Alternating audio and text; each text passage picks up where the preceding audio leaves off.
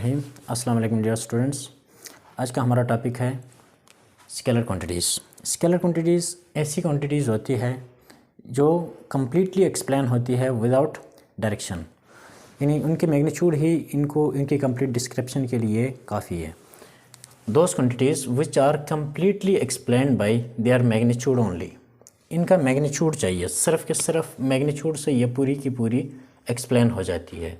तो ऐसी क्वांटिटीज़ को हम स्केलर क्वांटिटीज़ बोलते हैं। स्केलर क्वांटिटीज़ में एक ही चीज़ है बस, वो है इनका मैग्नीट्यूड। मैग्नीट्यूड से ये एक्सप्लेन हो जाते हैं। इसके अलावा ये डायरेक्शन लेस है। Direction less means without direction. Without direction, इनकी कोई डायरेक्शन नहीं होती है। हमें कोई ज़रूरत नहीं है कि उनकी डायरेक्शन दे दें, हमें डायरेक्शन स्पेसिफाई करने की कोई ज़रूरत नहीं है। तो इसीलिए इनको नॉन डायरेक्शनल क्वांटिटीज़ भी कहा जाता है। स्केलर क्वांटिटीज़ के एग्जांपल में हमारे पास एक एग्जांपल है मास का। मास एक स्केलर क्वांटिटी है। मास, जब भी हम मास ख़रीदने जाते हैं किसी भी शॉप पे, चाहे हम शुगर की शक्ल में ले लें, हम फ्रूट्स की शक्ल में लें, या फिर हम वेजिटेबल्स की शक्ल में लें, तो जब भी हम ख़रीदने जाते हैं तो हम मास का सिर्फ मैग्नीट्यूड मेंशन करते हैं कि मुझे 5 किलोग्राम एप्पल्स चाहिए। एप्पल्स 5 किलोग्राम एप्पल्स चाहिए। अब यहाँ पे ये 5 किलोग्राम एप्पल्स तो ये वो सब्सटेंस है जिसको मैं ख़रीदना चाहता हूँ। एंड 5 किलोग्राम, यहाँ पे जो 5 है, 5 इज़ बेसिकली अ नंबर। 5 एक नंबर है। Kilogram is the unit. Mass का यूनिट है किलोग्राम। मास को हम किलोग्राम में मेजर करते हैं, स्टैंडर्ड है। तो नंबर के साथ जब भी यूनिट लगाया होता है तो वो मैग्नीट्यूड कहलाता है। This is a magnitude. तो हमने मैग्नीट्यूड मेंशन किया एक मास का। इस मास को पूरी तरह से एक्सप्लेन कर सकता है। तो इसका मतलब मास को एक्सप्लेन करने के लिए हमें सिर्फ के सिर्फ मैग्नीट्यूड चाहिए। एक मास सिर्फ के सिर्फ मैग्नीट्यूड से कम्प्लीटली एक्सप्लेन हो सकता है, तो मास एक स्केलर क्वांटिटी है। इसी तरह से हमारे पास टाइम है। टाइम मेजर होता है सेकंड्स में, मिनट में, आवर में, डेज़ में, वीक्स में, ईयर्स में, सेंचुरीज़ में। तो कोई भी एक बंदा, एक स्टूडेंट बोलता है कि मैं 18 ईयर्स ओल्ड हूँ। 18 ईयर्स ओल्ड हूँ। अब यहाँ पे वो दो चीज़ें प्रोवाइड करता है, अपनी एज के बारे में बताता है। एक 18 which is a number, and years this is a standard use to measure time. Time को मेजर करने के लिए हायर स्टैंडर्ड है। बेशक सेकंड से बहुत ही हायर है, लेकिन year is basically a standard which we use to measure time. तो this is a standard is always unit. तो ये यूनिट है, number plus unit, this is magnitude. ये मैग्नीट्यूड है। तो टाइम को डिस्क्राइब करने के लिए हमने मैग्नीट्यूड का सहारा ले लिया। मैग्नीट्यूड से टाइम पूरा के पूरा एक्सप्लेन हो गया। यानी एक बंदे की एज है, वो एक्सप्लेन करना चाहता है तो वो उसकी मैग्नीट्यूड से एक्सप्लेन कर सकता है। तो इसके लिए कोई डायरेक्शन की ज़रूरत नहीं है। तो time is also directionless quantity which is scalar quantity. तो टाइम स्केलर क्वांटिटी है। इसी तरह से मैं एक बंदे से पूछता हूँ कि आपका घर कहाँ है। वो मुझे रिप्लाई करता है 200 मीटर दूर है। 200 मीटर दूर है। क्या ये इन्फॉर्मेशन सफिशेंट है उसके घर तक पहुँचने के लिए, उसके घर का एड्रेस मालूम करने के लिए? क्या ये इन्फॉर्मेशन काफ़ी है? तो अगर काफ़ी है तो इसका मतलब ये है कि 200 मीटर का मतलब ये होता है कि 200 मीटर नॉर्थ की तरफ भी तो हो सकता है इसका घर। 200 मीटर इस तरफ भी तो हो सकता है, ईस्ट की तरफ, और 200 मीटर साउथ की तरफ भी तो हो सकता है। इसी तरह से 200 मीटर वेस्ट की तरफ भी हो सकता है। तो मुझे इन्फॉर्मेशन चाहिए, और मुझे डायरेक्शन की ज़रूरत है, यानी डायरेक्शन दे दें। अगर कहें कि 200 मीटर ईस्ट की तरफ है तो मुझे समझ आएगा कि मुझे ईस्ट की तरफ 200 मीटर जाना है, फिर वहाँ पे उसका घर है। या फिर अगर वेस्ट की डायरेक्शन दे दें, या फिर मुझे ये इन्फॉर्मेशन प्रोवाइड करें कि ये 30 डिग्री कि ये, या मुझे ये इन्फॉर्मेशन दे दें कि 45 डिग्री वेस्ट की तरफ है, 45 डिग्री नॉर्थ की तरफ है, तो मैं फिर भी इसका एड्रेस मालूम कर सकता हूँ। यानी 200 मीटर से ये पूरा की पूरा एक्सप्लेन नहीं होगा, यानी दिस इज़ द लेंथ, ये मुझे लेंथ प्रोवाइड कर रहा है। तो लेंथ को स्पेसिफाई करने के लिए मुझे डायरेक्शन की ज़रूरत है, तो डायरेक्शनल क्वांटिटी, डायरेक्शन की ज़रूरत है। तो जब डायरेक्शन की ज़रूरत होती है तो फिर वो स्केलर क्वांटिटी नहीं होती है, उसको हम वेक्टर क्वांटिटी बोलते हैं। वो एक वेक्टर क्वांटिटी है।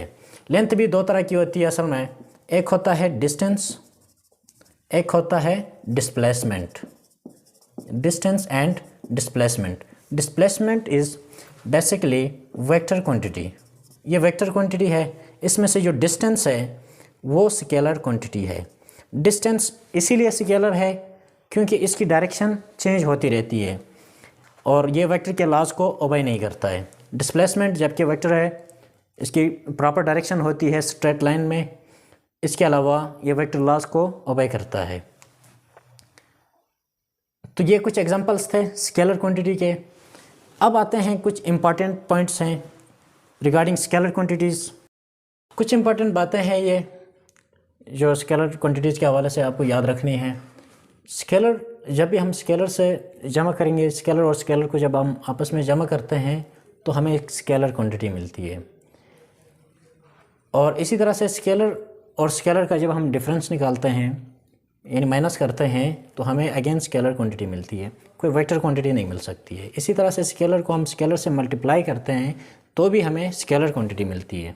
और स्केलर को जब हम स्केलर से डिवाइड करते हैं तो अगेन हमें स्केलर क्वांटिटी मिलती है। स्केलर प्लस स्केलर, मिसाल के तौर पर मैं 5 kg एप्पल्स को जमा करना चाहता हूँ 10 kg एप्पल्स के साथ, तो मेरे पास जो टोटल एप्पल्स आ जाएंगे, एप्पल्स का जो मास आएगा वो आएगा 15 kg। सिंपल अलजेब्रा के रूल्स से हल होते हैं ये। इसी तरह से लेट्स सपोज हमारे पास यहाँ पे एक कंटेनर है, ये एक कंटेनर है, इसके अंदर कुछ वाटर है, यहाँ पे कुछ वाटर है। लेट्स सपोज ये वाटर है 500 ml वाटर है। 500 ml means ml is the unit of volume, volume का यूनिट है, volume is a scalar quantity. 500 ml इसके अंदर वाटर पहले से है। लेट्स सपोज मैं ऊपर से और वाटर यहाँ पे डालता हूँ, लेट्स से 200 ml वाटर मैं इसके अंदर डालता हूँ।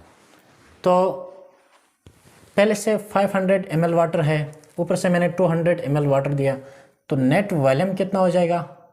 वॉल्यूम इज इक्वल टू 500 पहले से, 500 ml पहले से इन 200 ml ऊपर से हमने नया डाला, तो volume is equal to 700 ml। तो नया जो वॉल्यूम होगा वो 700 ml हो जाएगा। सिंपली हमने उसको जमा किया है आपस में। इसी तरह से जब भी हम स्केलर का डिफरेंस निकालेंगे तो हमें स्केलर क्वांटिटी मिलेगी। यानी इसका मतलब ये है कि 10 kg एप्पल्स में से अगर मैं 5 kg एप्पल्स निकाल दूं तो मेरे पास 5 kg एप्पल्स बचेंगे। इसी तरह से एक और एग्जांपल लेते हैं।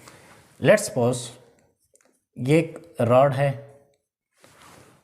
कोई भी मेटालिक रॉड है, इसको मैं यहाँ से हीट अप करता हूँ। जब मैं इसको हीट अप करूँगा तो यहाँ के मॉलिक्यूल्स की काइनेटिक एनर्जी बढ़ जाएगी। काइनेटिक एनर्जी बढ़ने का मतलब होता है टेम्परेचर बढ़ जाना। एवरेज काइनेटिक एनर्जी को टेम्परेचर बोलते हैं। तो यहाँ के मॉलिक्यूल्स गर्म होना शुरू हो जाएंगे, इनका टेम्परेचर ज़्यादा होगा, फिर आगे कंडक्शन की प्रोसेस होगी। तो यहाँ के मॉलिक्यूल्स का टेम्परेचर लेट्स है कुछ 50 डिग्री सेंटीग्रेड इंक्रीज़ हो गया, और ये जगह ये जो पॉइंट है वो रिलेटिवली हॉट होगा as compare to this point. तो ये वाला पॉइंट का temperature let's suppose 25 degree centigrade मानते हैं। तो अब मैं टेम्परेचर डिफरेंस फाइंड करना चाहता हूँ, यानी चेंज इन टेम्परेचर फाइंड करना चाहता हूँ। तो change in temperature is equal to temperature of hot body या फिर hot side minus temperature of cold side. तो change in temperature is equal to, अच्छा ये हॉट इन का टेम्परेचर 50 डिग्री सेंटीग्रेड है, 50 degree centigrade minus cold side की 25 degree centigrade. तो change in temperature will be 50 से 25 निकालें तो 25 डिग्री सेंटीग्रेड टेम्परेचर होगा। तो ये भी सिंपली अलजेब्रा के रूल से सॉल्व हो गया। इसी तरह से जब भी हम स्केलर को स्केलर से मल्टीप्लाई करेंगे हमें स्केलर क्वांटिटी मिलेगी। लेट्स सपोज मैं इसी तरह से 2 kg कोई भी शुगर है, लेट्स सपोज 2 kg शुगर को मैं अगर 2 kg शुगर के साथ मल्टीप्लाई करूं तो 4 kg शुगर आ जाएगा। इसी तरह से हमारे पास एरिया है, इसका एक मिसाल है एरिया जो है वो बराबर होता है लेंथ इंटू विड्थ के। लेंथ इंटू विड्थ के बराबर है एरिया। लेंथ यहाँ पे जो है एक स्केलर क्वांटिटी है, विड्थ भी स्केलर क्वांटिटी है और एरिया भी एक स्केलर क्वांटिटी है। Scalar quantity, when scalar quantity multiply with scalar quantity it always gives scalar quantity। Okay, ये थर्ड स्केलर क्वांटिटी आ गई। दो लेंथ्स को हमने आपस में मल्टीप्लाई किया, length width is also a length but smaller one and area is another scalar quantity. दो same scalar quantities को हमने मल्टीप्लाई किया, एक डिफरेंट टाइप की स्केलर क्वांटिटी आ गई हमारे सामने। इसी तरह से हमारे पास वॉल्यूम है जो हमने अभी डिस्कस किया था। वॉल्यूम बराबर होता है length into width into height के बराबर होता है। तीनों सेम क्वांटिटीज़ है, तीनों लेंथ है, हाइट एक लेंथ है, विड्थ भी लेंथ है, लेंथ तो ऑलरेडी लेंथ है। तो उससे एक और टाइप की क्वांटिटी मिली which is volume. Scalar quantity, scalar quantity, scalar quantity and this is also a scalar quantity. Scalar quantity की मल्टीप्लिकेशन से हमेशा स्केलर क्वांटिटी मिलती है। इसी तरह से स्केलर को जब हम स्केलर के ऊपर डिवाइड करते हैं तो भी हमें एक स्केलर क्वांटिटी मिलती है। मिसाल के तौर पर हमारे पास स्पीड है। Speed is a scalar quantity which is actually the ratio of distance to time. Distance to time ratio को स्पीड बोलते हैं। Rate of change of distance is called speed. Distance is scalar quantity, time is also scalar quantity and speed is also a scalar quantity. दो scalar quantities का ratio एक scalar quantity होता है। Third type की scalar quantity मिलेगी। यहाँ पे देखो, ये एक बेस क्वांटिटी है distance which is scalar quantity. This is time, again a base quantity which is also scalar and this one is a third which is the ratio of two scalar quantities. ये भी scalar quantity हमारे पास है। ये कुछ important points थे scalar के हवाले से। तो हमने यहाँ पे देखा कि जो स्केलर क्वांटिटीज़ होती है वो सिंपल रूल्स ऑफ अलजेब्रा से हल हो जाते हैं। वेक्टर में ऐसा केस नहीं है, वेक्टर के अपने स्पेशल रूल्स हैं, वेक्टर लॉज होते हैं, तो वो वेक्टर लॉज को ऑबे करते हैं, जबकि ये सिंपल रूल्स ऑफ अलजेब्रा से हल हो जाते हैं। ओके, अब हम आते हैं स्केलर की रिप्रेजेंटेशन के ऊपर आते हैं कि हम किसी भी स्केलर को कैसे रिप्रेजेंट कर सकते हैं। ओके, मैं इसको मिटाता हूँ। तो स्केलर को रिप्रेजेंट करने के दो तरीक़े हैं। एक ग्राफिकली हम इसको रिप्रेजेंट करते हैं, जबकि दूसरा सिंबॉलिकली हम इसको रिप्रेजेंट करते हैं। सिंबॉलिकली यानी symbolic representation and graphical representation.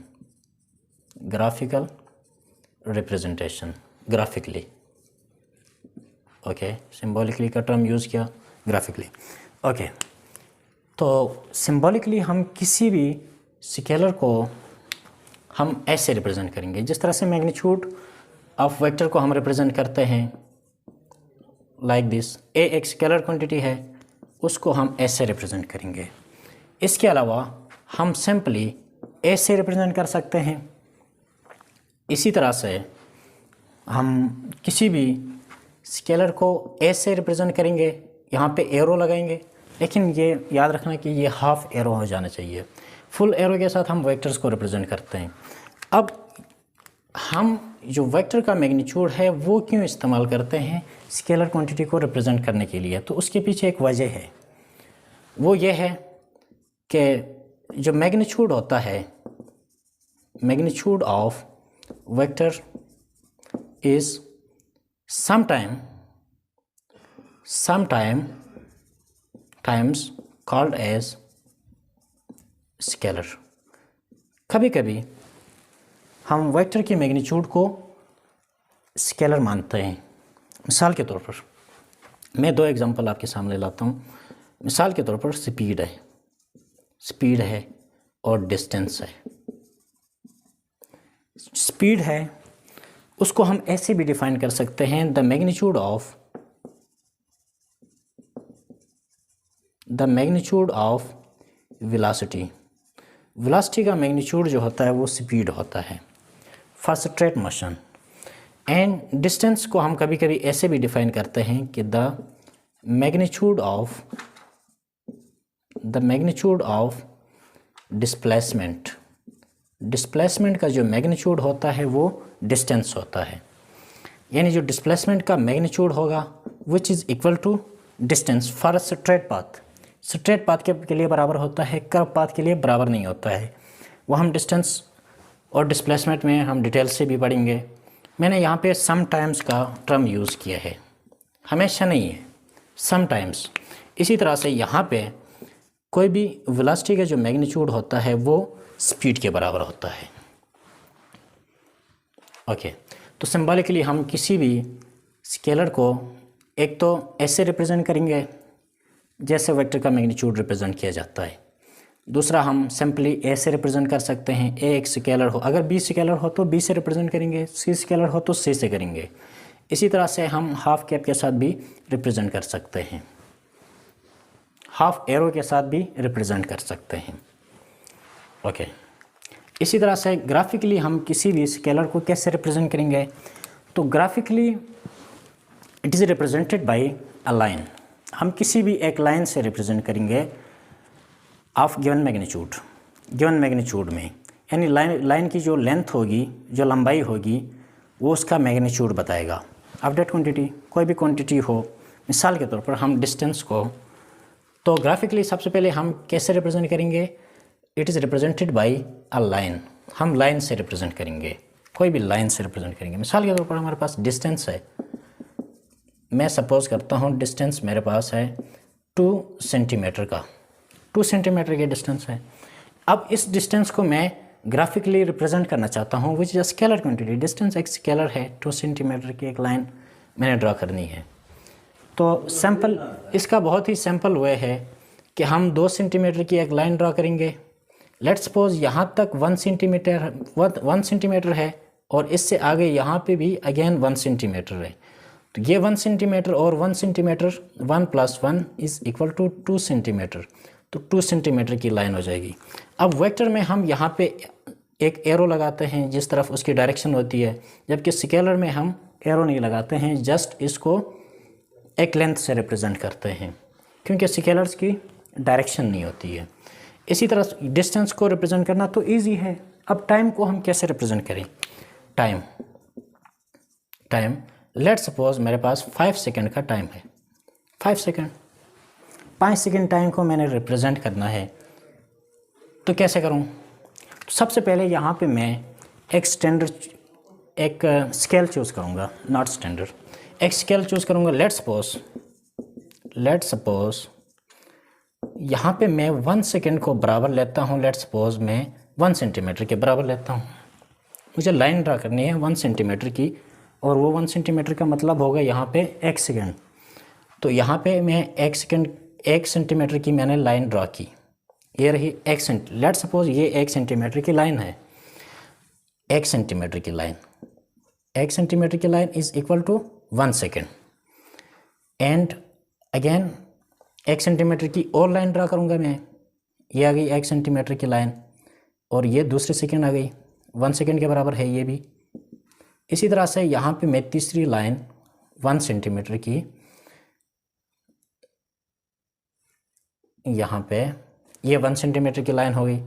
Again ये 1 सेकेंड के बराबर है। इसी तरह से ये 1 सेंटीमीटर की और लाइन ड्रा की मैंने। इसी तरह से यहाँ पे 1 सेंटीमीटर की और लाइन ड्रा की। ओके, मैं इसको सीधा ड्रा करता हूँ। लेट्स सपोज ये लाइन है। ये टोटल लाइन की लेंथ कितनी है? 5 सेंटीमीटर है। 5 सेंटीमीटर का मतलब क्या है? 5 सेकेंड, क्योंकि हमने 1 सेकेंड को 1 सेंटीमीटर के बराबर ले लिया है, तो 5 centimetre should be equal to 5 second. तो इसी तरह से हम टाइम को रिप्रेजेंट करेंगे। तो टाइम को रिप्रेजेंट ऐसे करेंगे हम। कोई भी क्वांटिटी को हम ग्राफिकली, कोई भी स्केलर क्वांटिटी को हम रिप्रेजेंट कर सकते हैं किसी भी लाइन से। और लाइन की जो लेंथ होगी, ये जो लेंथ है, इसकी जो लंबाई है, वो मैग्नीट्यूड बताएगा। This is magnitude. और स्केलर में सिर्फ कि सिर्फ मैग्नीट्यूड होता है, स्केलर में कुछ और होता ही नहीं है, मैग्नीट्यूड होता है। एक चीज़ यहाँ पे मैं मेंशन करता हूँ, स्केलर क्वांटिटीज़ बेसिकली 2 टाइप की होती है, 2 तरह की है स्केलर क्वांटिटीज़। टाइप्स इसके, टाइप्स ऑफ स्केलर। स्केलर की 2 टाइप्स हैं, 2 टाइप्स हैं। एक हमारे पास है base scalar quantities, base scalar quantities, और दूसरा है derive scalar quantities. Base scalar quantities वो हैं, ऐसी क्वांटिटीज़ हैं जो कि बेस हैं और इसके अलावा इनकी डायरेक्शन नहीं होती है, तो वो स्केलर भी हैं, बेस भी हैं और स्केलर भी हैं। तो ये सबसे पहले बेस हैं, बेस प्लस स्केलर है। बेस भी हैं, साथ साथ स्केलर भी हैं। इसमें हमारे पास जो मिसाल जो मैंने मेंशन किया था, मास की मिसाल है, टाइम की मिसाल है, और लेंथ में स्पेशली डिस्टेंस की मिसाल है। इसके अलावा टेम्परेचर है। These are base quantities. Base quantities भी हैं और स्केलर भी हैं, इनकी डायरेक्शन भी नहीं है। इसके अलावा amount of substance, amount of substance है। इसी तरह से बहुत सारी हैं। डिस्प्लेसमेंट, इसके अंदर जो बेस क्वांटिटीज़ हैं उसमें डिस्प्लेसमेंट आएगा वेक्टर में, वो स्केलर नहीं है। और करंट भी स्केलर नहीं है। करंट टेंसर क्वांटिटी है, ना तो वेक्टर है ना तो स्केलर है वो। बाकी जितनी भी क्वांटिटीज़ हैं वो सब के सब स्केलर क्वांटिटीज़ हैं। अच्छा, डिराइव स्केलर क्वांटिटीज़ ऐसी क्वांटिटीज़ हैं जो कि डिराइव हैं। नंबर 1 कंडीशन इसमें ये डिराइव हैं और साथ साथ स्केलर भी हैं, डायरेक्शनलेस भी हैं और डिराइव भी हैं। ओके, तो ऐसी क्वांटिटीज़ मिसाल के तौर पर हमारे पास वर्क है। वर्क एक ऐसी क्वांटिटी है जो डिराइव क्वांटिटी है। वर्क बराबर होता है dot product of force and displacement है वर्क। तो एफ डी के बराबर होता है फॉर ये 90 के एंगल के लिए एफ डी के बराबर होता है वर्क। तो फोर्स और डिस्प्लेसमेंट का बेसिकली डॉट प्रोडक्ट है 2 वेक्टर्स का वर्क। डॉट प्रोडक्ट में हम स्पेशली हम डिटेल से भी पढ़ेंगे इस चीज़ को कि डॉट प्रोडक्ट, 2 वेक्टर्स का डॉट प्रोडक्ट जो होता है वो हमेशा एक स्केलर क्वांटिटी होती है। तो work is a scalar quantity, scalar quantity है और ये डिराइव हो गया है फ्रॉम डिफरेंट बेस क्वांटिटीज़। इसमें हमारे पास फोर्स आपको मालूम है एम ए के बराबर होता है and displacement is actually length and mass is base quantity, acceleration is also derive quantity. तो एक्सेलरेशन को हम ओपन करेंगे, एक्सेलरेशन v/t के बराबर होता है, लेंथ अपनी जगह पे, एंड टाइम भी बेस क्वांटिटी है, मास भी बेस क्वांटिटी है, लेंथ भी बेस क्वांटिटी है, एंड द वेलोसिटी और स्पीड इज़ डिराइव क्वांटिटी। तो स्पीड बराबर होती है s/t के, और ये t अपनी जगह पे, ये l अपनी जगह पे, दिस डिस्टेंस, ये डिस्टेंस है, इसको l भी बोल सकते हैं। तो ये बराबर हो गया ml² डिवाइड बाई t²। तो वर्क, ये वर्क की डायमेंशन है। तो वर्क बराबर होता है ml² t-2। देखो वर्क मास से बना है, 2 लेंथ्स मल्टीप्लाई हो रहे हैं एंड वो डिवाइड होते हैं टाइम स्क्वायर के साथ। तो इतनी सारी क्वांटिटीज़, इतनी सारी बेस क्वांटिटीज़ मिलकर ये वर्क बना है। तो work is a derive quantity and scalar also, so it is a derived scalar quantity. इसी तरह से हमारे पास मिसाल है, जिस तरह से हमने पहले मिसाल दिया एरिया का। एरिया बेसिकली डिराइव क्वांटिटी है लेंथ इनटू विड्थ, क्योंकि ये दो बेस क्वांटिटीज़ की कम्बिनेशन है और ये स्केलर भी हैं, तो डिराइव स्केलर क्वांटिटी।